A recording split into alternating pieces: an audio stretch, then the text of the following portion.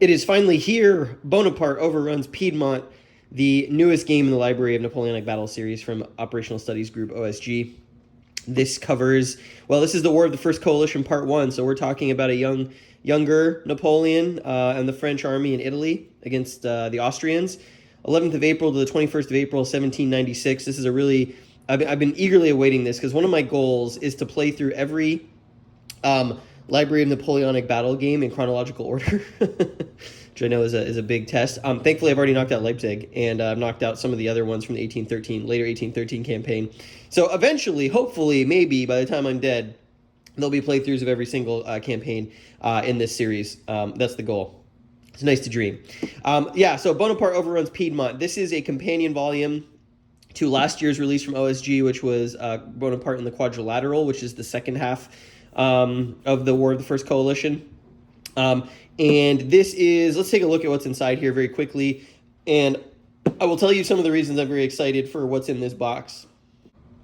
So like most Library of Napoleonic Battles titles, you are going to get what they call the study folder, which would be maybe called a playbook in other games. This is going to be all your scenarios and special rules, how to link all of the scenarios together as a campaign, and that's the way I do plan to play it at some point, if I can get the paper turned. A pretty sizable playbook, actually, compared to some of the other games in the series, which is interesting. But there's a lot of scenarios in here, and typically, though the game talks about the battles that are in here, there are usually smaller bonus scenarios that come in each of these games. So I think there's 5 in here.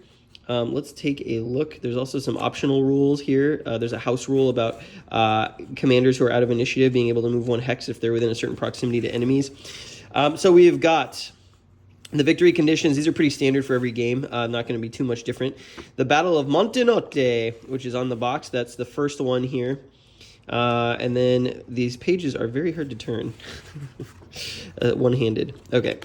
Battle of Montenotte. We've got the Battle of Dago. We've got the Battle of San Michel, all of those there. We've got the Battle of Mondovi.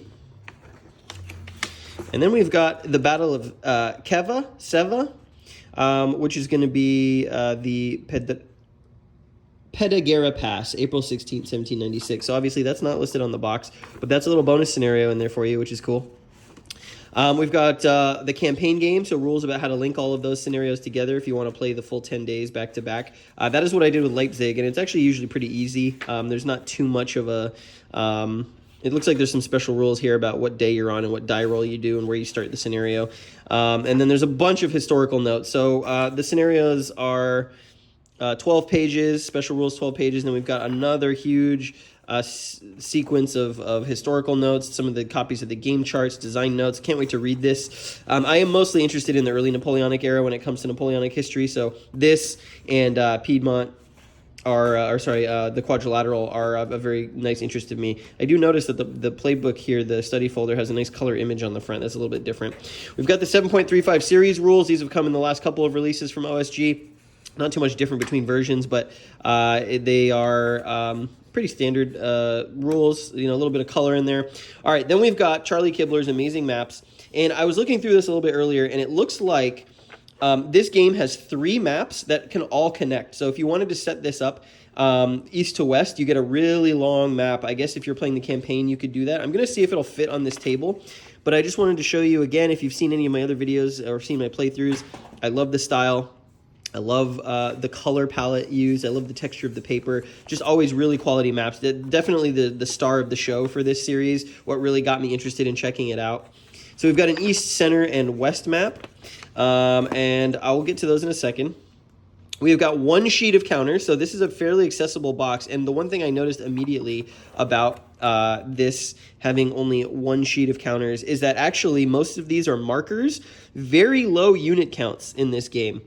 The French have 1, 2, 3, 4, 5, 6 different formations for all of the scenarios in this box.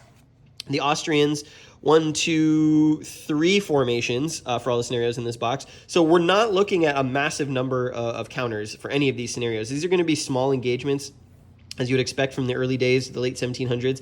And really, I would say that, we're talking about less than half a sheet of counters for all of the units and leaders. The rest of these are markers.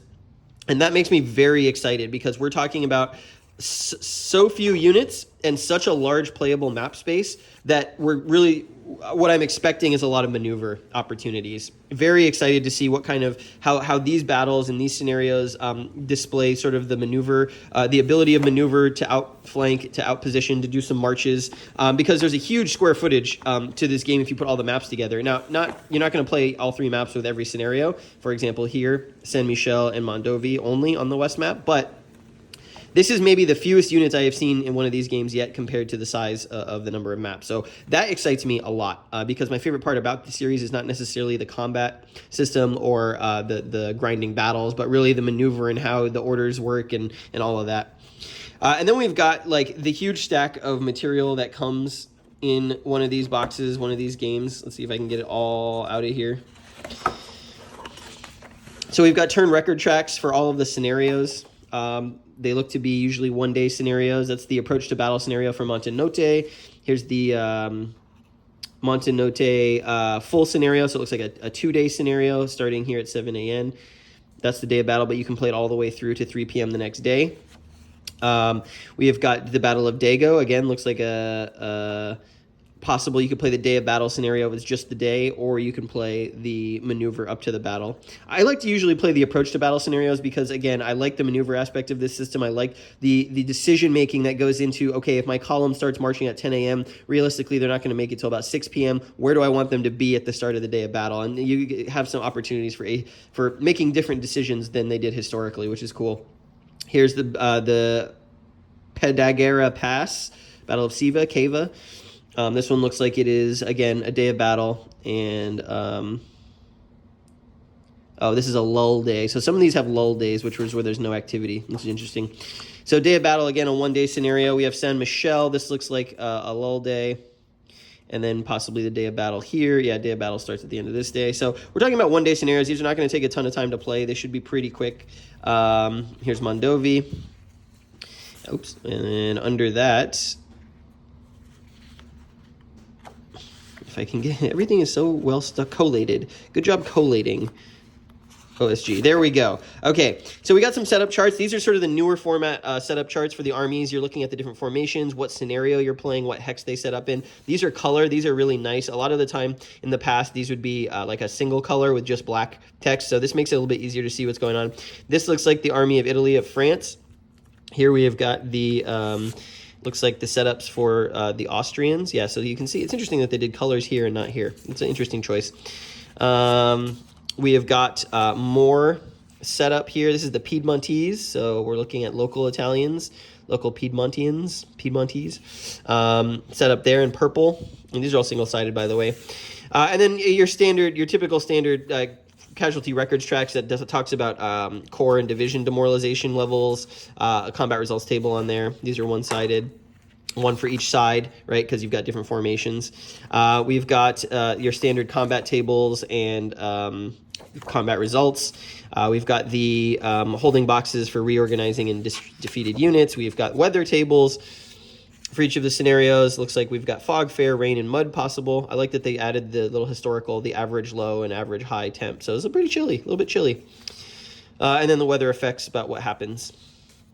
And then we've got how to use the cards. So if you're using the deck of system cards now, so there's one deck for the entire system, and each scenario comes with one of these sheets and tells you which there's specific cards in the deck that say reference the game specific little player aid here, and this will be what happens when you draw any of those cards for the French.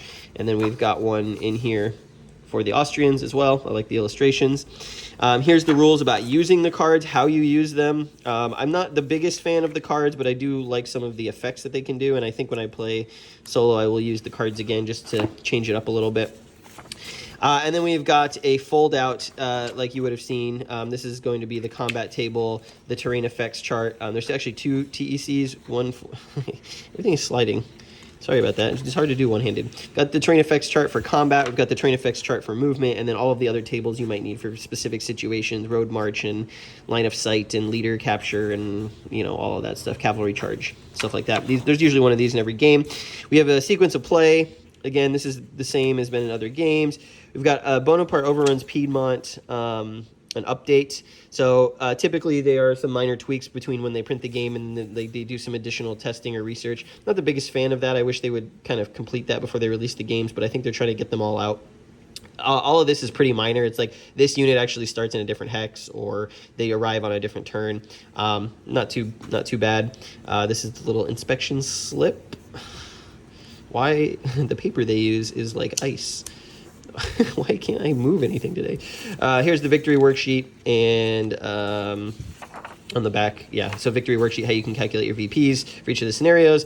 And then here's how you set up the card deck. So if you're using the cards, what cards to take out for each deck for each scenario in this box.